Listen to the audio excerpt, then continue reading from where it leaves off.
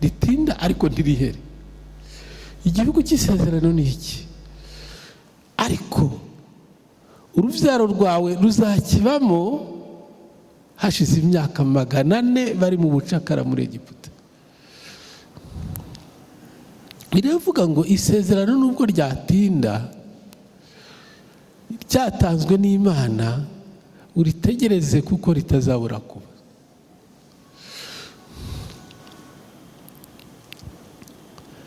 Jewe nta kintu Satani na kimwe ashobora kunkangisha, kuko nzi uwo nizeye uwo ari we, kandi mpagaze ku masezerano y'Imana nizeye kandi nzi.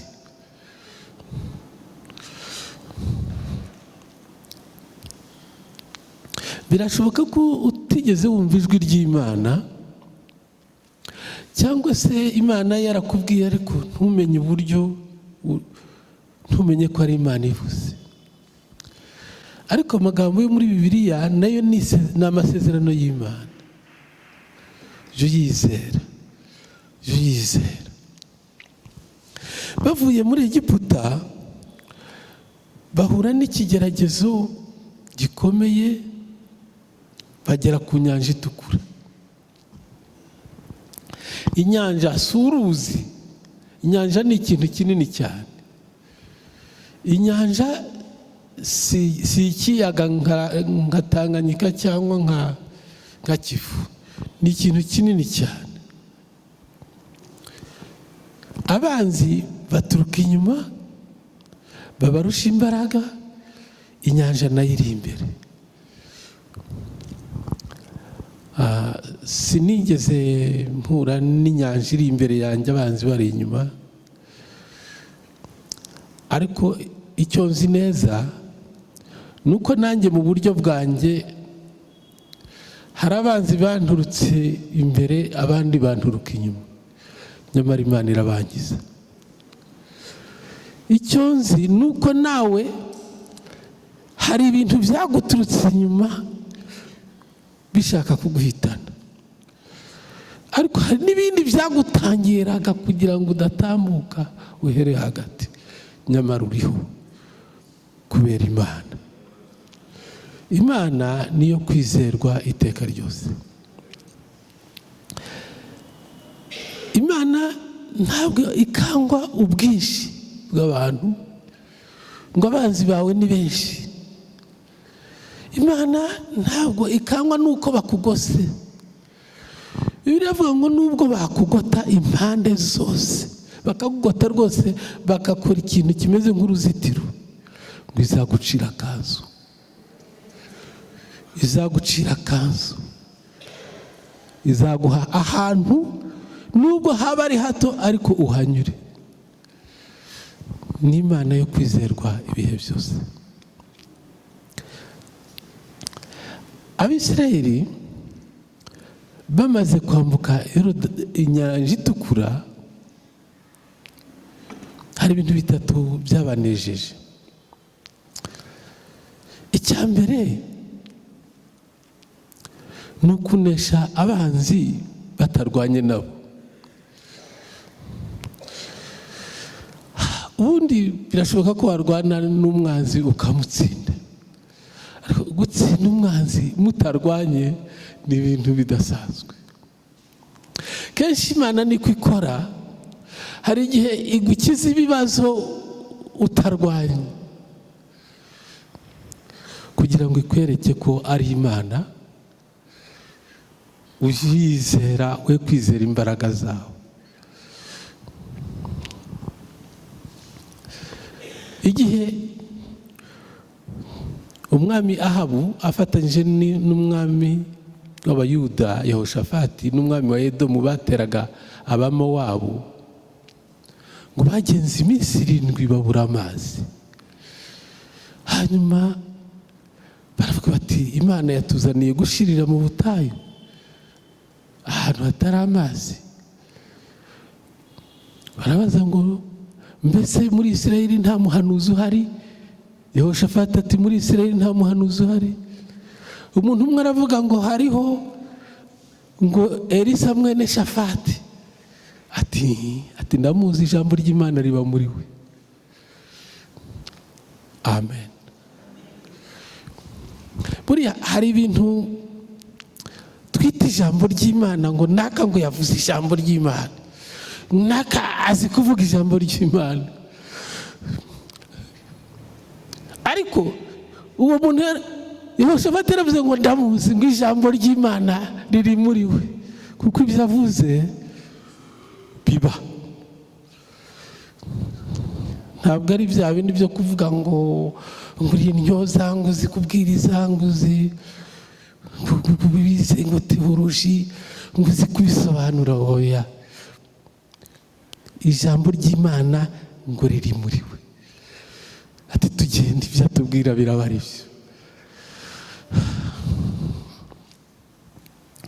Hanyuma Elisa ikintu yarababwiye, aravuga ngo ntimuzabona umuyaga uhuha, nta nubwo muzabona imvura igwa, ngo ariko muzabona amazi atemba mu butayu. Mbega ibintu byiza. Iki ni cyo kintu kigaragaza Imana. Hari igihe utekereza uti nimbona abantu bene wacu baje bantabaye, nibwo nzamenya ko ntabawe koko. Nimbona mvugiwe na naka, nibwo nzamenya ko ntabawe koko. Ariko Imana yo iravuga ngo ntimuzumva umuyaga, nta n'imvura muzabona, ariko muzabona amazi atemba mu butayu. Nta muntu uzabona gutabara. Haleluya. Nta nubwo uzumva ijwi ry'umuntu uvuga ngo ndakugabiye. Nta n'isezerano umuntu azaguha ngo nzaguha akazi, ngo uzabona gusa Imana ibikora yonyine. Icyo ni cyo kizakubwira ko ari Imana. Kenshi Imana ikunda gukora muri ubwo buryo ngo igaragaze ko ari Imana, ngo igaragaze ko ari Imana.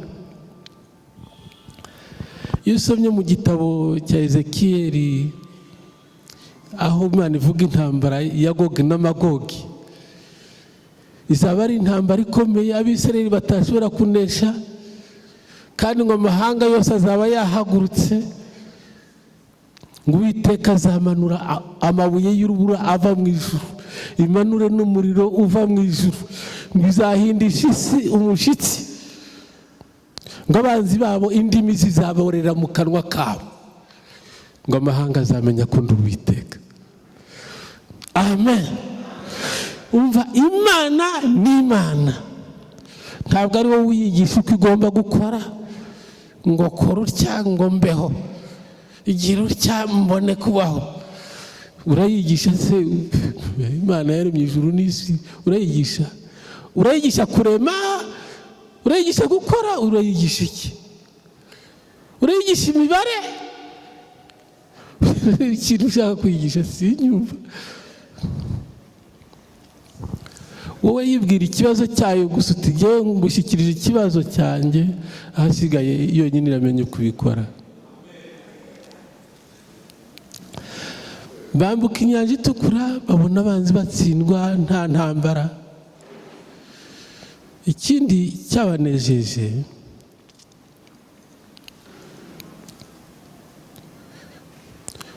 nuko bari bafite inyota, ariko bagera ahantu hari amazi menshi cyane cyane cyane.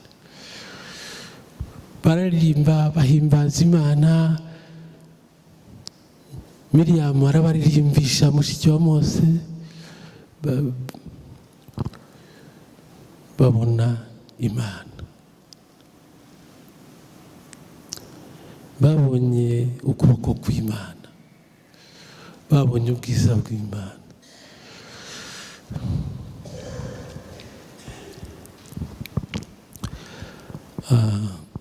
Ikintu cyabanejeje cya gatatu, nuko batabonye umwanzi ahunga. Hari igihe abantu barwana, abasirikare bakarwana, abanesheje abandi bakabona umwanzi arahunze, bati turabanesheje. Ariko bo ntibabonye umwanzi ahunga. Bibiliya iravuga ngo ntibongeye kumubona. Ibyo ni ibintu bitangaje. Amen. Ntibongeye kumubona. Na Mose arababwiye ngo aba banyegiputa bakurikiye ntimuzongera kubabona. Ntabwo yavuze ngo muri bubone bahunga, burira amafarashi yabo bahunga, oya, ntimuzongera kubabona. Imana iyo ishaka gukemura ikibazo igikuraho burundu, ntuzongere kukibona. Mu mvugo Pawulo yakoresheje yandikira Abaroma, yavuze ngo ni ukurushishwaho kunesha. Ntabwo yavuze ngo ni ukunesha. Ni ukuvuga ngo ni ukunesha birenze kunesha. Kunesha birenze kunesha. Iyo umuntu yanesheje birenze kunesha, ntiyongera kubona umwanzi. Amen. Ariko hari ukunesha uvuga uti umwanzi aragiye, birashoboka ko azongera akagaruka. Ariko iyo waneshe birenze, ni ukurushishwaho kunesha na Kristo wadukunze. Birenze ubwenge, birenze ibitekerezo. Ariko buriya Abisirayeli ntukabagaye mu bintu bimwe, ni nkatwe. Bavuye aho ngo bagenda iminsi 3 mu butayu, babura amazi, baritotomba. Urumva nawe bitekereze. Imana igukemuriye ikibazo, hanyuma haje ikindi kibazo. Urumva kenshi niho n'abantu bakunda kunanirirwa, ni ugufata Imana uko itari. Ukibaza ngo ubwo ikemuye ikibazo cya none ngo nta bindi bibazo bizongera kuza. Ariko siko Bibiliya ivuga. Yesu yaravuze ngo buri munsi ufite ikigeragezo cyawo. Buri munsi. Uyu munsi hari icyawo cyangwa ibyawo. Ejo tugire ngo byarangiye, ejo hari ibindi by'ejo. Ariko icyo nkundira Imana, none irahari, n'ejo izaba ihari. Bizaze ejo bizasanga Imana. Bizasanga Imana ihari. nibiza none birasanga Imana ihari, kandi nibiza n'ejo bizasanga Imana ihari. Imana yacu ntaho ija, ntisinzira, ntihunikira, ntizerera, ntirangara. Ni Imana nyine. Iminsi 3 nta mazi, baritotomba ngo bitotombera Mose. Ntukaje witotombera umuntu, yaba umuyobozi yaba undi. Wowe jureba Imana, jureba Imana.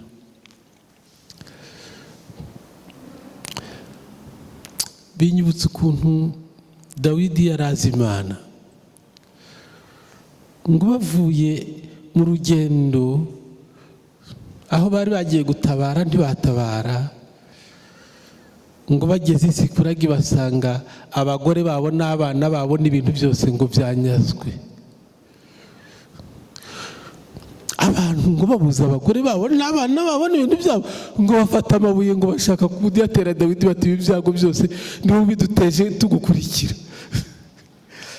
Bibiliya iravuga ngo Dawidi yihambira ku Mana.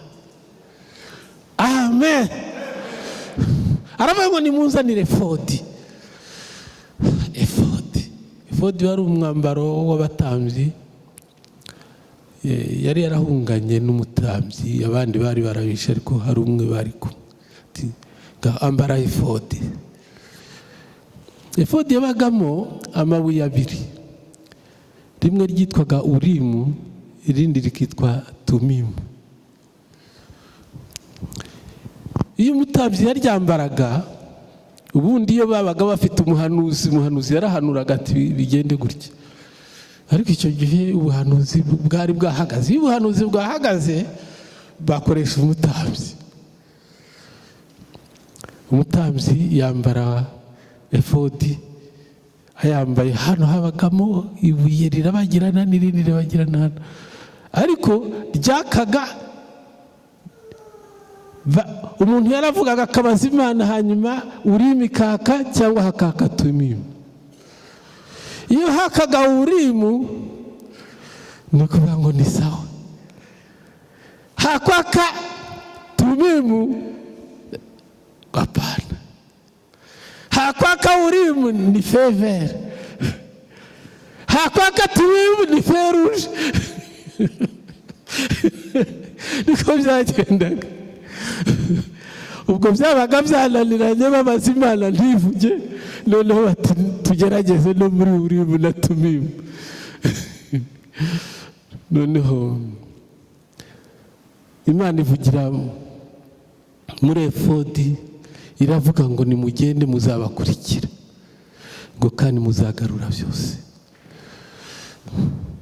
Amen. Ariko ngo Dawidi yisunga Imana. Mu bibazo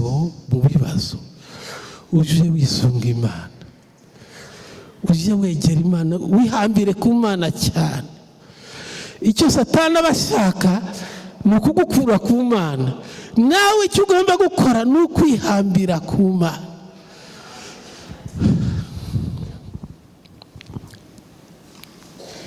Amen.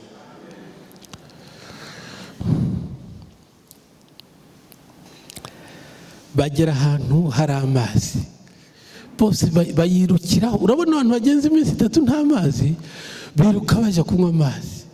Ayo mazi abayasomyeho bwa mbere ngo barayacira, baravuga ngo mara, risobanurwa ngo kurura, birarura.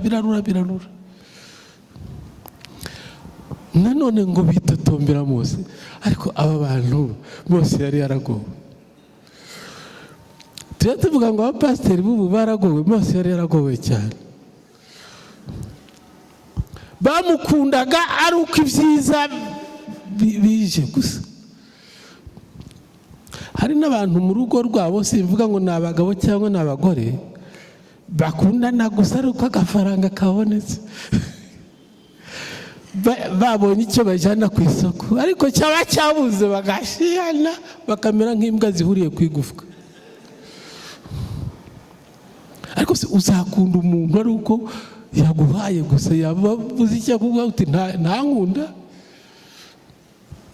Hega n'Imana hari igihe ibifunga ntiduhe, nyamara kandi ikabidukunda.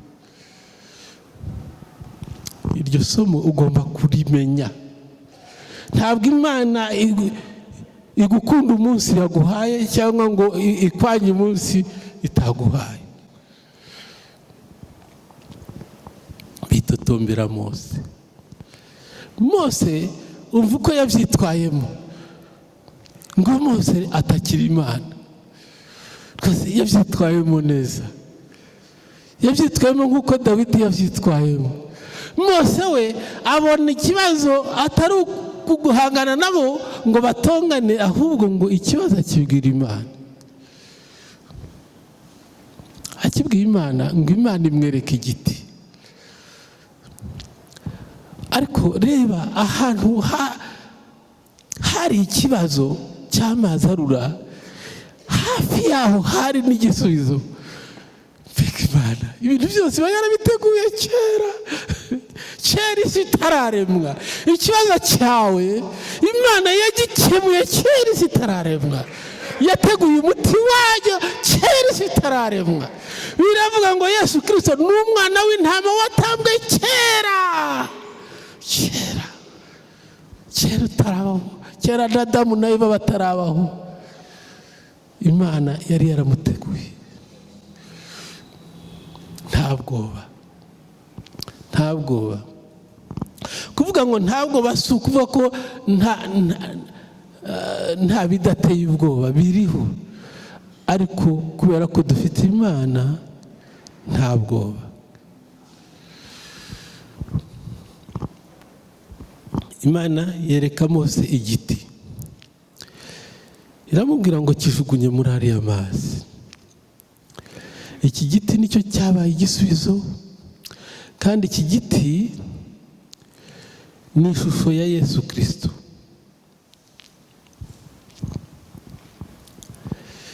Ni ishusho ya Yesu Kristo. Iki giti twasomye ngo Mose agitaye mu mazi, amazi aba meza, ariko siko biri. Uzasome nka Bibiliya ya King James, iravuga ngo amazi yaruraga araryohera. Iki giti kiguye muri aya mazi araryohera. Ubundi amazi meza ntaryoha kandi ntabiha, kandi ntahumura neza, kandi ntanuka. Araho gusa, ni ikintu kiraho, nta kuryoha, nta guhumura neza, nta kubihura n'amazi gusa. Ariko noneho siko byagenze. Amazi yaruraga araryohera, azana uburyohe, bakagotomera. Inda zababanye nto gusa, ariko bashakaga gukomeza kuyanywa. Byaryoshye cyane. Ikibazo rero ni iki? Kurura kwagiye hehe? Tubitindaho. Kurura kwagiye muri iki giti. Iki giti cyafashe kurura kirakumira. Uburyohe bwavuye hehe? Iki giti nicyo cyatanze uburyohe. Kimira kurura gitanga uburyohe, kimira kurura gitanga uburyohe. Amen. Iki giti cyerekana Yesu Kristo. Buriya Yesu Kristo ku musaraba, Yesu Kristo yakoze ibintu byose ku musaraba. Yesu Kristo ahinduka ikivume ku bwacu. Abagalatiya 3:13, ngo kugira ngo duhabwe umugisha wa Aburahamu. Amira umuvumo wose. Uko amira umuvumo niko atanga umugisha. Ariko Yesu ni mwiza. Abakorinto ba 2:5-21, ngo utarigeze kumenya icyaha ahinduka icyaha ku bwacu, kugira ngo muri we duhinduke gukiranuka kw'Imana. Icyaha arakimira, aragotomera, ibyaha byanyu byose aragotomera, biba byinshi cyane kugeza ubwo wese ahinduka icyaha. Uko agenda aragotomera ibyo byaha, niko agenda aduha gukiranuka kw'Imana, niko agenda aduha gukiranuka kw'Imana.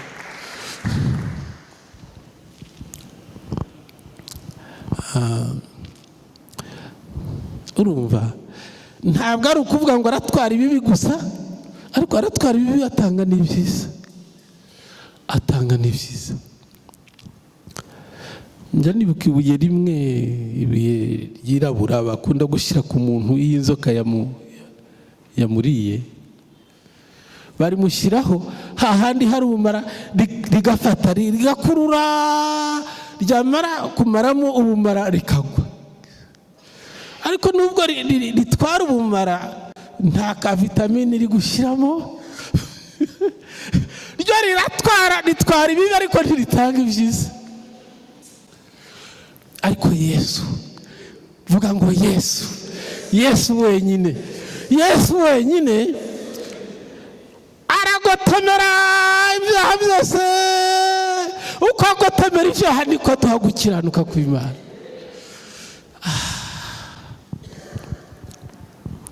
Niyo mpamvu iki giti kigereranywa na Yesu. Sinzi impamvu Imana yatoranyije igiti, kandi iyo urebye igiti usanga kidakomeye nk'amabuye. Ariko Imana buri ikunda gukoresha ibintu by'ibinyantege nke ngo kugira ngo ikoze isoni ibinyembaraga. Imana iyo usomye ngo muri Edeni ngo hari igiti cy'ubugingo, nibura nta nubwo hari diyama y'ubugingo cyangwa zahabu y'ubugingo.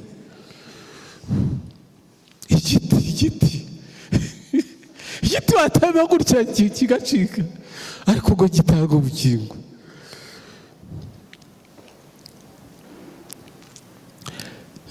Igiti kimenyesha icyiza n'ikibi. Bageze mu butayu ngo basenze ikigirwamana, inzoka zitangira kurya abantu. Mose ngo atakiye Imana, Imana iti genda uteme igiti ugishingiye mu butayu, hanyuma ucure inzoka y'umuringa isa na ziriya uyimanike kuri kiriya giti. Shikana ngo Yesu azaza nawe asa natwe, uyimanike kuri kiriya giti ngo uyireba akire. Abubuye amaso ngo bakayireba ngo bagakira. Abuze bati turayirebera iki umuti babura ko turareba turira inzoka, ariko abubuye amaso ngo barakira. Amen. Ariko igiti,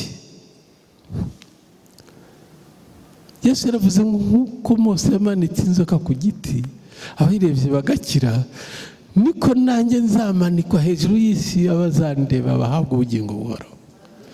Abazandeba bakanyizera bahabwa ubugingo buhoraho. Sinzi impamvu Imana yahisemo igiti, ni ibanga ryayo. Adamu na Eva bajya kuneshwa bakatuzanira ibyago byose, batsindiwe ku giti.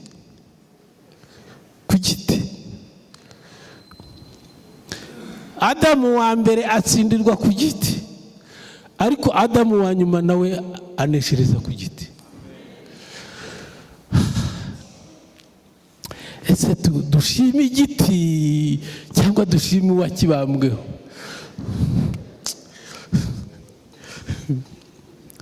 Yewe hari indirimbo imwe bajya baririmba iyo mpageze ngaceceka, ngo ndashima na ya mva nziza. Iyo mpageze igihe ndaceceka.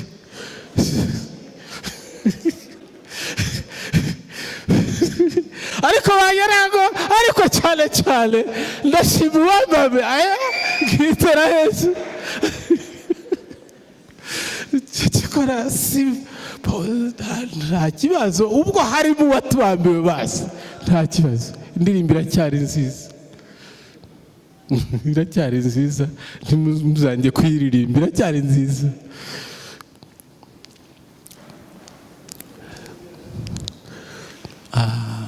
Uyu munsi turasengera abarwayi. Sinzi impamvu wahora wikoreye indwara kandi hari undi wayikwikorereye, keretse niba simbyumva. niba ari indwara ituruka ku cyaha wakoze ukiyihane, ariko bigoye kwikubwira Imana uti mbabarira, sinzongera mbabarira, bikunanijeho iki, bikuremereyeho iki, nararose sinzongera kuruga, narasambanye sinzongera gusambana, naribye sinzongera kwiba, kugoyeho iki kabisa, bivunanye iki, ureke kubimbwira ubibwira Imana, ariko uyibwire ubivugisha ukuri. Ntabwo buriya ari uko Imana ibiyobewe ibyaha byacu ngo turayibibwira ngo ntibizi, ariko nawe ujye utekereza, Imana buriya yaremye umuntu mu ishusho yayo, nk'uko nawe umuntu umenya icyo yakoze ariko ugashaka ko akubwiza ukuri, n'Imana niko.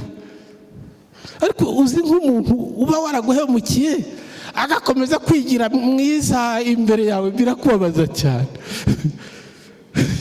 Ariko ikintu ushaka cyakunezeza nukavuga ati naraguhemukiye mbabarira, ariko yakomeje kwigira mwiza, akigira inyange, ndera ndi inyange, birababaza cyane kandi umuzi.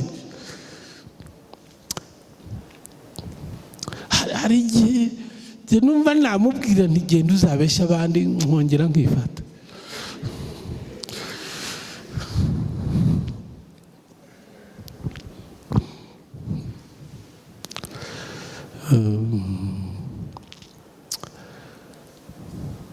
Yesu yikoreye ibyaha byacu byose n'indwara zacu zose n'ubumuga bwacu bwose, kugira ngo tube bazima, kugira ngo tube bazima, yemwe kugira ngo tube bazima.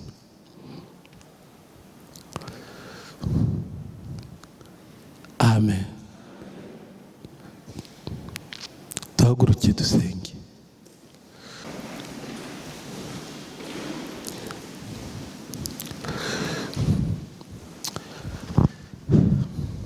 N'umwami, n'umwami, n'umwami, Yesu n'umwami, yazutse mu bapfuye, n'umwami, n'umwami, indimi zose zije zatura ko Yesu ari umwami, yaratsinze, yaratsinze, Yesu Kristo yazutse mu bapfuye, n'umwami,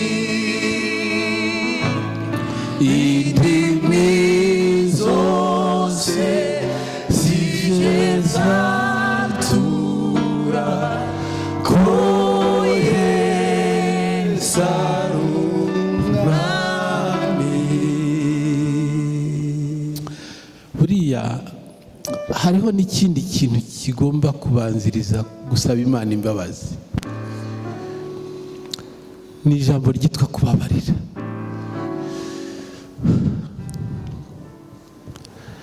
Hariho ibintu bibiri buriya Imana yanga, ndavuga muri ubwo buryo.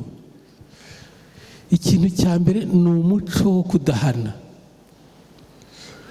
ikongera ikanga n'umuco wo kutababarira.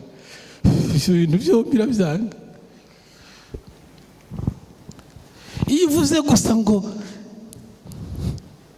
iyo ivuze ngo ndababarira, umuntu wese ntaguhana, Imana birayibabaza. Ni nacyo Ahabu yazize. Imana ngo ishyira umwami w'Abasiriya Benihadadi mu maboko ye, hanyuma aramurahiza ati ndahira kutazongera kuntera nkurekure. Aramurahira, aramurekura. Imana iravuga ngo umwanzi wawe namushyize mu maboko yawe kugira ngo umwice, none uramurekuye. Ngo Abisirayeli bazarwana n'Abasiriya iteka ryose. N'ubu bakirwana, n'ubu ruracyashyiditse.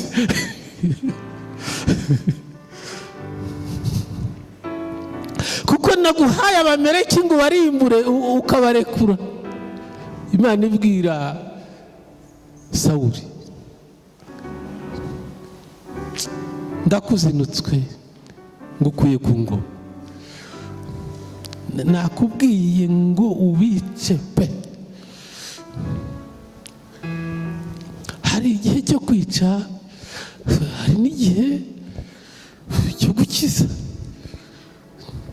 Ugomba kubaza Imana, nkora iki? Hari igihe cyo kubabarira, hari igihe cyo guhana. Ariko muri uyu mwanya ndumva ukwiye gutanga imbabazi ku muntu wakugiriye nabi. Ntubimbwire, ubwire Imana uti uyu muntu ndamubabariye. Umuvuge buhoro, ntubivuge nk'uwamamaza. Hari abakunda kwamamaza ngo ni ukwihana, ariko mu by'ukuri ari ukuregana.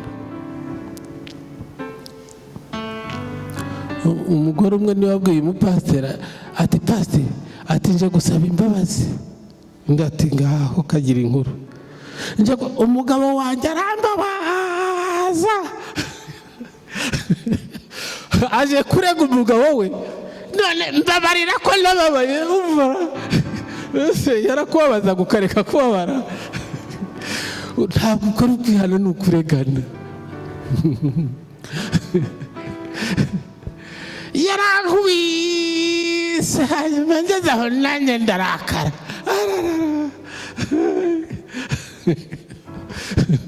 Rwose bari kureka kurakara yagukubise. Bibiliya nta nubwo ivuga ko tutagomba kurakara. Iravuga ngo nurakara mu gitondo izuba ntirikarenge ukirakaye. Ariko ntabwo ivuga ngo ntukarakare. Kurakara ni ibintu udashobora gukontorora, bigira gutya gusa bikabaduka kubera kurakaye nyine. Kandi na Yesu yararakaye, afata umugozi akubita abantu arabasohora, basohora mu rusengero. Ariko rero we byashyiriyeho ntiyakomeje ngo agende bakubita inzira yose. Ariko kurakara ko yararakaye. Ngaho senga usaba Imana, usabira abantu imbabazi abakubabaje, uje ubavuga mu mazina. Nugeraho numva ari babaye benshi, uvuga iti bababarire bose abababaje.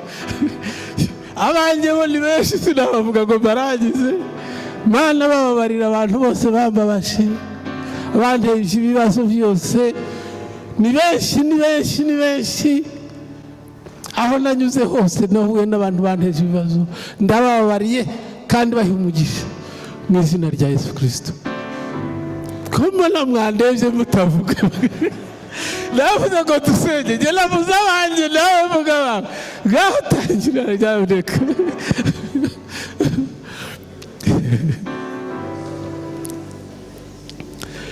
Babaye nk'abantu bareba filimi. Imana ishobora byose, uri Imana itanga imbabazi. Waratubwiye ngo tubabarire abatubabaza, kandi dusabire umugisha n'abatuvumye.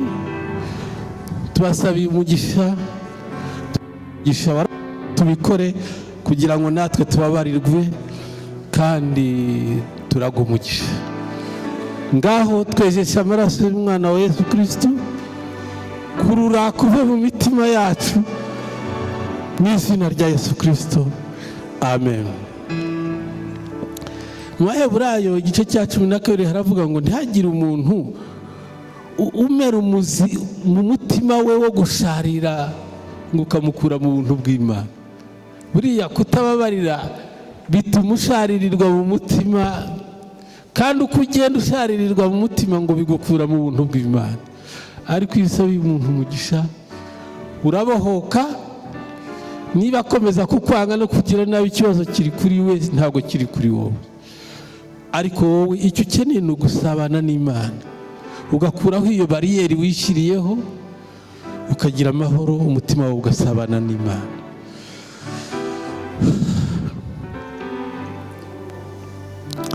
Noneho rero tubabariye abatubabaje, dusaba Imana imbabazi kubw'ibyaha dukora.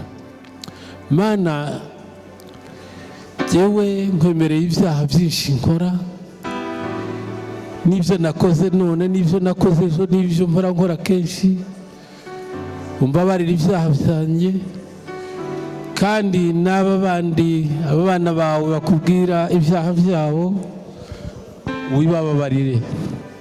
Twese utwejesha amaraso y'umwana wa Yesu Kristo, twese utwejesha amaraso y'umwana wa Yesu Kristo, twese utwejesha amaraso y'umwana wa Yesu Kristo, kandi urubanza rutuveho, tuburanirwe n'amaraso ya Yesu Kristo. Amaraso ya Yesu Kristo avuga ibyiza, atuvugira ibyiza, adutsindishiriza imbere y'Imana, mu izina rya Yesu Kristo, amen. Dusengera abarwayi mu izina rya Yesu Kristo. Abarwayi bakire, ari abarwayi bari hano, ari abarwayi bari kure, abarwariye mu bitaro no mu mazu yabo, rambura ikiganza cyawe Mana bakoreho kugira ngo bakire kubw'icyubahiro cyawe. Urakiza kugira ngo ugaragaze ubwiza bwawe, urakiza kugira ngo ugaragaze imbabazi zawe, urakiza kugira ngo ugaragaze kugira neza kwawe. Imbaraga zawe zikiza zimanukire mu bana bawe, zimanukire mu bakozi bawe, zimanukire mu bana bawe, zimanukire mu bana bawe, zimanukire mu bagabo n'abagore, zimanukire mu basaza n'abana, zimanukire mu basore, zimanukire mu nkumi. Buri muntu wese aho arwaye amanukirwe n'imbaraga z'Imana, zimubohore mu izina rya Yesu Kristo. Kandi imivumo yose Yesu yikoreye ku musaraba nigenda imanuka ikuzimu, isubire kwa nyirayo Satani. Satani n'abadayimoni barekura abana b'Imana mu izina rya Yesu Kristo, barekura itorero ry'Imana. Haleluya, haleluya, haleluya, haleluya. Imbaraga z'Imana, imbaraga zibohora, zibohora abana b'Imana, zibohora abakozi b'Imana kubw'icyubahiro cy'Imana mu izina rya Yesu Kristo. Abarwariye kure bakire, abarwariye hafi bakire, babone ubwiza bw'Imana. Haleluya. Indwara abantu bavuga ko zikomeye zose n'ubusa imbere y'Imana, zose Yesu yarazikoreye kugira ngo twe kuzikorera. Turagushimiye Mana kukije abarwayi, turagushimiye ko uko babaye bazima, kandi ni kubw'icyubahiro cyawe, ni kubw'icyubahiro cyawe, ni kubw'icyubahiro cyawe.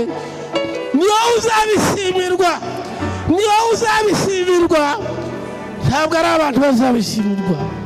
Ishimwe ni iryawe, icyubahiro ni icyawe, imbaraga ni izawe, agakiza ni akawe.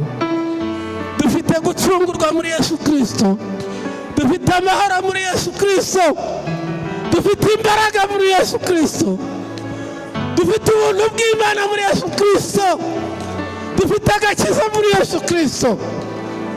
Haleluya, haleluya. Dufite amaraso muri Yesu Kristo, dufite kubohoka n'umudendezo muri Yesu Kristo. Turagushimiye Mana mu izina rya Yesu Kristo. Dusengera imiryango y'abana b'Imana, imiryango y'abakozi b'Imana mu izina rya Yesu Kristo.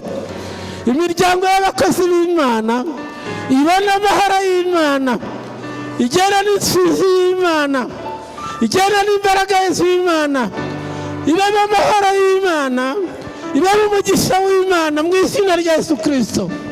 Abakunda Imana babahoke, abakunda Imana babahoke kugira ngo bashobore gukorera Imana babahoke kandi banezerewe.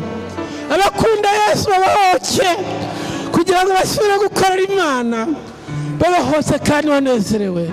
Umugisha w'Imana ubane nabo mu izina rya Yesu Kristo.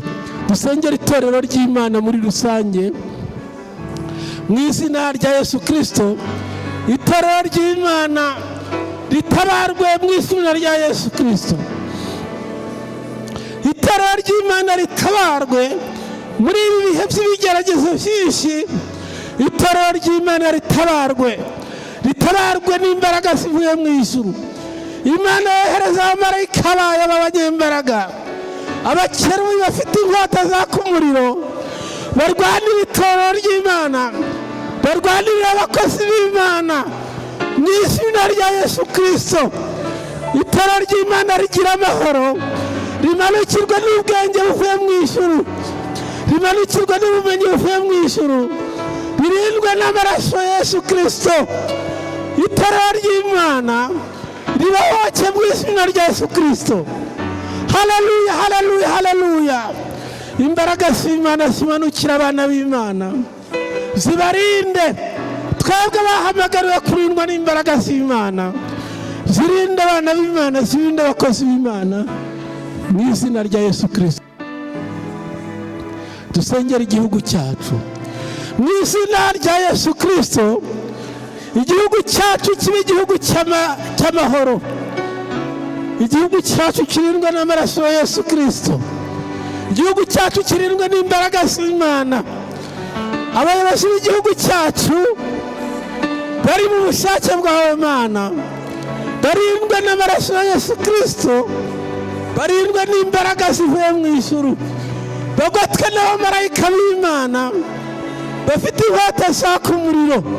Ingabo z'igihugu cyacu zihabwa ubutwari buvuye mu ijuru, zihabwa ubutwari buvuye mu ijuru, zirinda umutekano w'igihugu cyacu, zidafite ubwoba, zititatomba, zirindwe n'imbaraga zo mu ijuru, kandi zirindwe n'amaraso ya Yesu Kristo, zirindwe n'amaraso ya Yesu Kristo.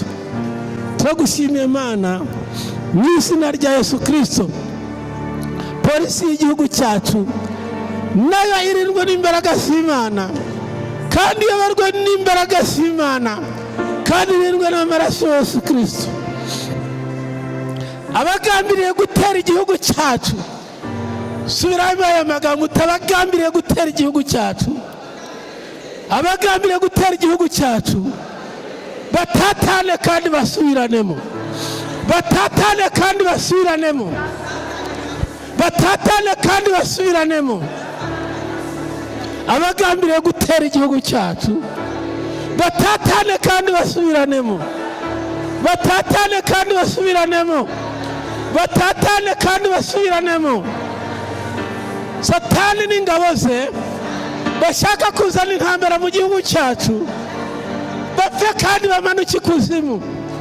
Imyuka ishaka kuzana intambara mu gihugu cyacu ipfe kandi imanuke ikuzimu, ipfe kandi imanuke ikuzimu, ipfe kandi imanuke ikuzimu, ipfe kandi imanuke ikuzimu.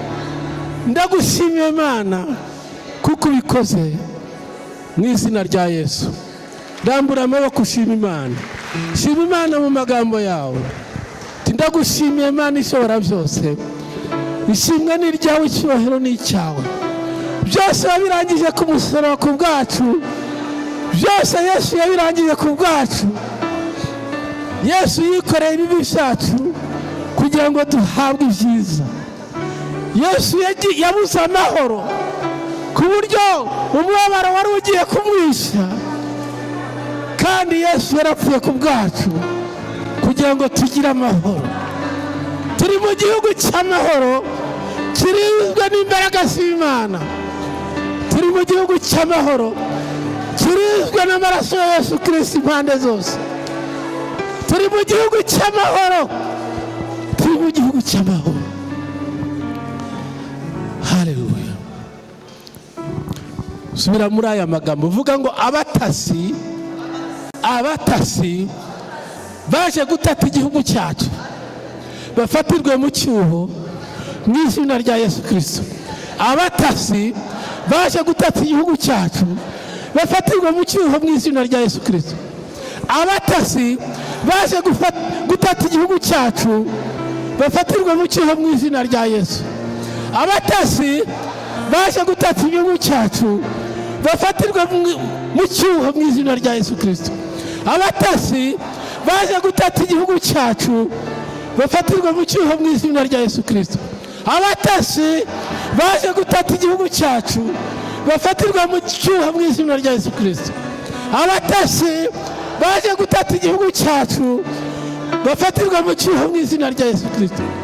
Abatasi baje gutata igihugu cyacu bafatiwe mu cyuho, bafatiwe mu cyuho, bafatiwe mu cyuho mu izina rya Yesu Kristo. Yaratsinze, Satani yaratsinzwe, Yesu yaratsinzwe, Satani yaratsinzwe. Ntabwo, mu izina rya Yesu, amen.